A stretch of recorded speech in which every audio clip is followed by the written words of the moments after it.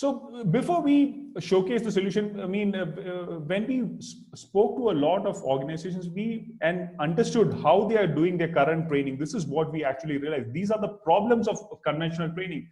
The first is offline sales. You have to pull the salespeople out of the floor or even out of the field, bring them to a venue, create a training program. It's day off. It's valuable time of selling, which is very, very critical.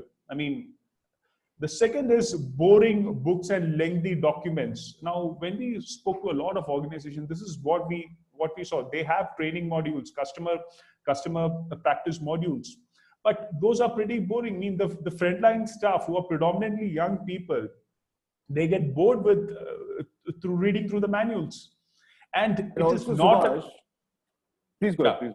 And it is not at all engaging. So how do you create something, and we will showcase some of the work that we have done. How do you create something which is engaging? People enjoy seeing it and learning from it. Shom, you wanted to add something? Yeah, I wanted to add something to this. I think he's touched upon a very important point, which is boring books and lengthy manuals. Now, what happens is most of these customer service associates are class 10 pass or class 12 pass. Now, going back to school, and literally going back to school and learning from textbooks is not a very enjoyable experience for them, right? So how do you convert your code of conduct manuals or your training books and your exams, etc.? How do you make them more interesting for this guy or girl who will absorb it faster, the higher retention levels, and who will be able to come up with who we can engage? You need to engage them, like Subhash has already said. You need to engage them. So how do you engage these customer service representatives while giving them learning, fun and learn?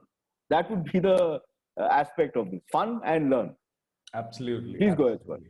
The third thing, what we have figured out is there is this constant dilemma between whether we should teach all about the product, whether we should teach all about the soft skill. No, it should be an ideal blend, and there shouldn't be any sacrifices involved. So how do you create programs? How do you create videos which blends these two very, very critical aspects?